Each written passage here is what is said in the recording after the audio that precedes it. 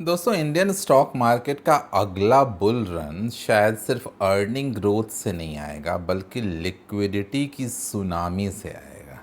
और इतिहास गवाह है कि जब इकोनॉमी में लिक्विडिटी बढ़ती है तो सिर्फ स्टॉक प्राइसेस नहीं बढ़ते हैं, वैल्यूएशन मल्टीपल एक्सपैंड होते हैं, रिटेल पार्टिसिपेशन एक्सप्लोड होता है और वेल्थ क्रिएशन की स्पीड कई गुना बढ़ जाती है। चाहे 2003 से 2008 वाला वो फेज़ हो, 2020 से 2024 वाला फेज़ हो, और अब शायद इंडिया एक नए लिक्विडिटी सुपर साइकिल की शुरुआती फेज़ में खड़ा दिख रहा है। लेकिन सबसे इम्पोर्टेंट सवाल ये है कि क्या आने वाले 5-10 साल इंडिया के इन्वेस्टर्स के लिए सबसे बड़ा वेल्थ क्रिएशन फेज़ बन सकते हैं? आज की वीडियो में हम डीप डाइव करेंगे इंटरेस्ट रेट्स के बारे में, एसआईपी इनफ्लो के रेट के बारे में, रिटेल पार्टिसिपेशन के बारे में, इंश्योरेंस और पेंशन मनी जो स्टॉक मार्केट में आ रही है उसके बारे में, डोमेस्टिक लिक्विडिटी के पावर के बारे में, और समझेंगे कि क्या आने वाला दशक जो है, आने वाले 10 साल जो हैं, वो इंडियन मार्केट्स को स्ट्रक्चरली बदल सकते हैं कि नहीं। दोस्तों, मेरा नाम है सौरभ सुमन और मैं हूं आपका पर्सनल वेल्थ गाइड और आप देख रहे हैं मेरा चैनल इन्वेस्टिंग विद सौरभ। याद दिलाना चाहूँगा, मैं एक सेबी रजिस्टर्ड इन्वेस्टमेंट एडवाइज़र नहीं हूं, इसलिए कोई भी निवेश करने से पहले अपने वित्तीय सलाहकार की राय ज़रूर ले लें। लिक्विडिटी होती क्या है? बहुत लोग लिक्विडिटी को सिर्फ मार्केट में पैसा आ रहा है इसी को समझते हैं लिक्विडिटी, लेकिन रियलिटी इससे कहीं बड़ी है। लिक्विडिटी का मतलब है इकोनॉमी में इन्वेस्टेबल मनी की अवेलेबिलिटी, यानी लोग इन्वेस्ट करने को तैयार हैं, इंस्टीट्यूशन के पास डिप्लॉयबल कैश है, बोरोइंग चीप हो रही है, रिस्क एपेटाइट मार्केट का बढ़ रहा है, फिनेंशियल एसेट्स की तरफ लोग शिफ्ट हो रहे हैं, और स्टॉक मार्केट अल्टीमेटली लिक्विडिटी और अर्निंग्स इन दोनों से चलता है। कई बार अर्निंग्स एवरेज होती हैं, लेकिन लिक्विडिटी इतनी स्ट्रांग होती है कि मार्केट ऊपर जाता रहता है। और एग्जैक्टली यही चीज़ इंडिया में धीरे धीरे बिल्ड होती हुई दिखाई पड़ रही है। इंटरेस्ट रेट साइकिल समझिए, सबसे बड़ा ट्रिगर लिक्विडिटी का इंटरेस्ट रेट साइकिल ही है, क्योंकि लिक्विडिटी साइकिल अक्सर इंटरेस्ट रेट साइकिल से ही शुरू होती है। जब रेट्स हाई होते हैं तो बोरोइंग एक्सपेंसिव होती है, कर्ज महंगा होता है, बिजनेसेस कॉशियस हो जाते हैं, बिजनेस हाउसेस, कंजम्पशन स्लो होता है, मार्केट वैल्यूएशन दब जाते हैं। लेकिन जैसे ही इंटरेस्ट रेट स्टेबलाइज होते हैं या इंटरेस्ट रेट कट होने लगते हैं तो पूरी इकोनॉमी में मनी फ्लो तेज़ होने लगता है, लोन सस्ते हो जाते हैं, हाउसिंग डिमांड बढ़ने लगती है, कॉरपोरेट एक्सपेंशन ज़्यादा तेज़ी से होने लगता है, मार्केट वैल्यूएशंस अट्रैक्टिव लगने लगते हैं, और सबसे इम्पॉर्टेंट, फिक्स्ड इनकम से पैसा धीरे धीरे इक्विटी की तरफ शिफ्ट होने लगता है। और इंडिया अभी इंटरेस्टिंगली इसी फेज़ में है। इन्फ्लेशन रिलेटिवली कंट्रोल्ड दिख रहा है, बैंकिंग सिस्टम हेल्दी हो चुका है, काफ़ी सारे रेगुलेटरी चेंजेस हो चुके हैं, अब बैड लोन लगभग ख़त्म हो गए हैं और आरबीआई के पास फ्यूचर ईजिंग का रूम बन रहा है। अगर अगले कुछ सालों में रेट्स ग्रेजुअली कम होते हैं तो लिक्विडिटी इफेक्ट मैसिव हो सकता है। एसआईपी रिवॉल्यूशन, इंडिया बदल रहा है। सबसे पावरफुल स्ट्रक्चरल ट्रेंड है इंडिया में ये एसआईपी कल्चर। इंडिया में इन्वेस्टिंग बिहेवियर परमानेंटली बदल रहा है। पहले लोग एफडी, गोल्ड, रियल एस्टेट, यहीं पे इसी को वेल्थ क्रिएशन मानते थे, लेकिन अब मंथली इन्वेस्टिंग कल्चर बहुत तेज़ी से बढ़ रहा है। रिसेंट डेटाज के हिसाब से मंथली एसआईपी फ्लो 31,000 करोड़ से ज़्यादा तक पहुंच चुका है।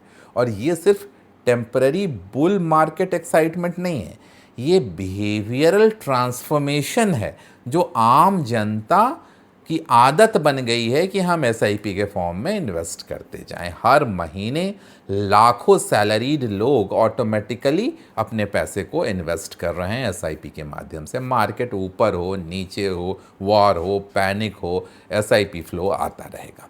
और यही डोमेस्टिक लिक्विडिटी की असली ताकत है। पहले एफआईआई मार्केट चलाते थे, लेकिन अब डोमेस्टिक इन्वेस्टर्स मार्केट को एब्जॉर्ब कर रहे हैं। कई बार एफआईआई सेलिंग करते हैं, लेकिन मार्केट कोलैप्स नहीं होता है। क्यों? क्योंकि एसआईपी मनी लगातार सपोर्ट दे रही होती है। एसआईपी कंट्रीब्यूशंस ने फॉरेन आउटफ्लो को कुशन करने में मेजर रोल प्ले किया है, और ये इंडियन मार्केट स्ट्रक्चर का हिस्टोरिकल चेंज है। रिटेल पार्टिसिपेशन बहुत बड़ा गेम चेंजर है। सबसे बड़ा फैक्टर कि इंडिया में डीमैट अकाउंट्स एक्सप्लोजन आपने देखा, लेकिन डीपर ट्रेंड उससे भी बड़ा है। टियर 2, टियर 3 और young professionals, small business owners, even students तक सब फाइनेंशियल मार्केट को सीरियसली लेने लगे हैं। और ये ट्रेंड अभी शुरुआती स्टेज में ही है। क्यों? क्योंकि इंडिया अभी भी अंडर फिनेंशियलाइज्ड इकोनॉमी है। डेवलप्ड कंट्रीज़ के कंपैरिजन में इक्विटी ओनरशिप इंडिया में काफ़ी कम है, पेंशन पेनिट्रेशन काफ़ी कम है, इंश्योरेंस इन्वेस्टमेंट कम है, मार्केट पार्टिसिपेशन कम है। मतलब रनवे अभी बहुत लंबा बाकी है। फिनटेक ऐप ने इन्वेस्टिंग को डेमोक्रेटाइज कर दिया है। आपके स्मार्टफोन पे फिनेंशियल ऐप्स हैं, आप बड़ी आसानी से 500 रुपये से इन्वेस्टिंग शुरू कर सकते हैं। और ये चेंज आने वाले दशक में एक हिस्टोरिकल इम्पैक्ट डाल सकता है। इंश्योरेंस और पेंशन मनी एक स्लीपिंग जायंट है। अब बातें उस सेक्टर के बारे में, उस फैक्टर के बारे में जिसने रिटेल इन्वेस्टर बहुत कम समझता है, बहुत कम बातें करता है। इंश्योरेंस और पेंशन मनी ये स्लो मनी होता है, लेकिन एक्सट्रीमली पावरफुल मनी भी होता है। क्यों? क्योंकि ये पैनिक में जल्दी निकलता नहीं है, लॉन्ग टर्म के लिए डिप्लॉय होता जाता है, सिस्टमिक एलोकेशन करता है और डिकेड्स तक मार्केट में बना रहता है। इंडिया का पेंशन इकोसिस्टम अभी डेवलप्ड मार्केट जितना बड़ा नहीं है, लेकिन तेजी से ग्रो कर रहा है। इंडियन पेंशन एसेट्स लगातार एक्सपैंड हो रहे हैं। इंश्योरेंस सेक्टर भी रैपिडली फिनेंशियल एसेट्स बिल्ड कर रहा है। इमेजिन कीजिए अगले 10-15 सालों में न्यू पेंशन स्कीम की पेनिट्रेशन बढ़ती जाएगी, रिटायरमेंट अवेयरनेस बढ़ेगी लोगों में, इंश्योरेंस इन्वेस्टमेंट्स बढ़ते जाएंगे, ईपीएफओ का इक्विटी एलोकेशन बढ़ता जाएगा, तो कितनी मैसिव डोमेस्टिक लिक्विडिटी क्रिएट होगी स्टॉक मार्केट में। और ये पैसा शॉर्ट टर्म के लिए नहीं आएगा, ये सब लॉन्ग टर्म के लिए आएगा और एक कंपाउंडिंग मशीन बनाएगा स्टॉक मार्केट को। अब क्यों डोमेस्टिक लिक्विडिटी इतनी ज़्यादा इम्पॉर्टेंट है?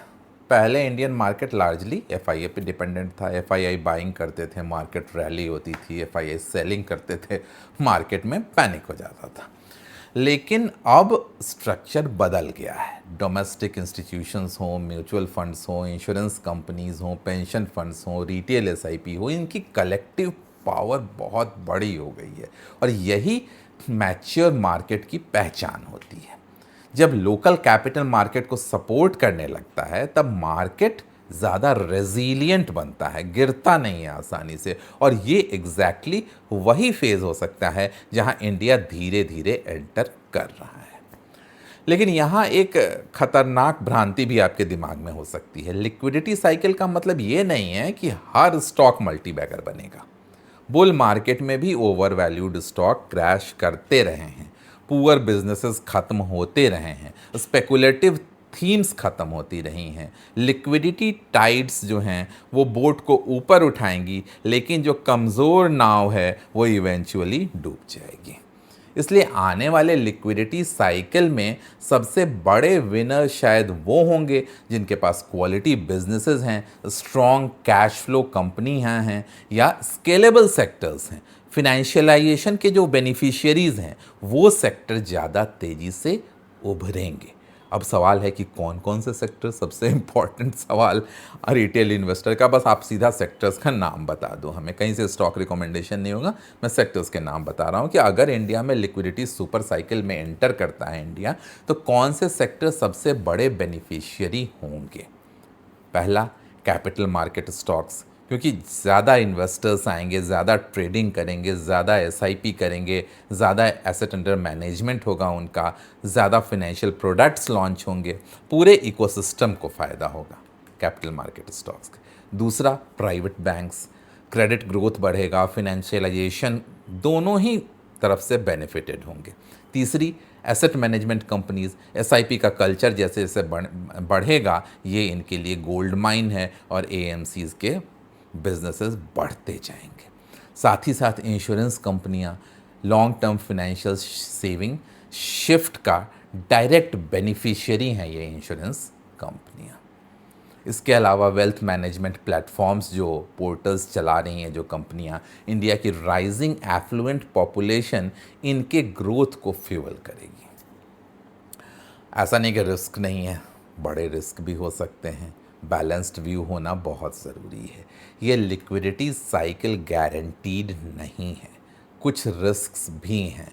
अगर ग्लोबल रिसेशन आता है, इन्फ्लेशन बहुत तेज़ी से स्पाइक करता है, जियोपॉलिटिकल शॉक्स बीच बीच में आते रहेंगे, या अनएम्प्लॉयमेंट का प्रेशर आएगा, रिटेल स्पेकुलेशन के बबल्स आते रहते हैं, कई बार एक्सट्रीम वैल्यूएशन पे स्टॉक प्राइसेस अगर पहुंच जाते हैं, तो लिक्विडिटी इर्रैशनल स्पेकुलेशन में बदल जाती है, तो उसके बाद पेनफुल करेक्शंस भी आ सकते हैं। इसलिए ब्लाइंड ऑप्टिमिज्म खतरनाक हो सकता है, लेकिन लॉन्ग टर्म स्ट्रक्चरल ट्रेंड फिर भी मैं कहूँगा कि पावरफुल दिखता है। तो दोस्तों, शायद इंडिया में सबसे इम्पॉर्टेंट फिनेंशियल ट्रांसफॉर्मेशन फेज़ चल रहा है अभी, जहां सेविंग्स फिनेंशियल एसेट्स में शिफ्ट हो रही हैं, एसआईपी कल्चर मैच्योर हो रहा है, रिटेल पार्टिसिपेशन बढ़ रहा है, pension and insurance money expand हो रहा है, डोमेस्टिक लिक्विडिटी मार्केट स्ट्रक्चर बदल रही है, और अगर ये ट्रेंड अगले 10 साल तक कंटिन्यू रहता है तो इंडियन इक्विटी मार्केट का स्केल ड्रामेटिकली बढ़ सकता है। लेकिन याद रखिए, बड़ा वेल्थ क्रिएशन सिर्फ लिक्विडिटी से नहीं, आपके पेशेंस, आपके डिसिप्लिन, आपके एसेट एलोकेशन और क्वालिटी इन्वेस्टिंग से होता है। क्योंकि लिक्विडिटी साइकिल आपको अपॉर्चुनिटी देगी, लेकिन वेल्थ वही बनाता है जो इमोशनली स्टेबल रहता है। अगर आप मार्केट लर्निंग, इन्वेस्टिंग साइकोलॉजी और लॉन्ग टर्म वेल्थ क्रिएशन को डीपली समझना चाहते हैं, तो आप हमारे चैनल मेंबरशिप का ऑप्शन भी एक्सप्लोर कर सकते हैं। वहाँ हम डीपर डिस्कशन, एक्सक्लूसिव सेशंस और कम्युनिटी इंटरैक्शंस करने की कोशिश करते हैं। लेकिन मेरे मैक्सिमम नॉलेज अभी भी यूट्यूब पे कम्प्लीटली फ्री है, कहीं से चैनल मेंबरशिप मैंडेटरी नहीं है, चॉइस आपकी है। जल्दी ही मिलेंगे ऐसे किसी नए वीडियो के साथ, तब तक सौरभ सुमन साइनिंग ऑफ।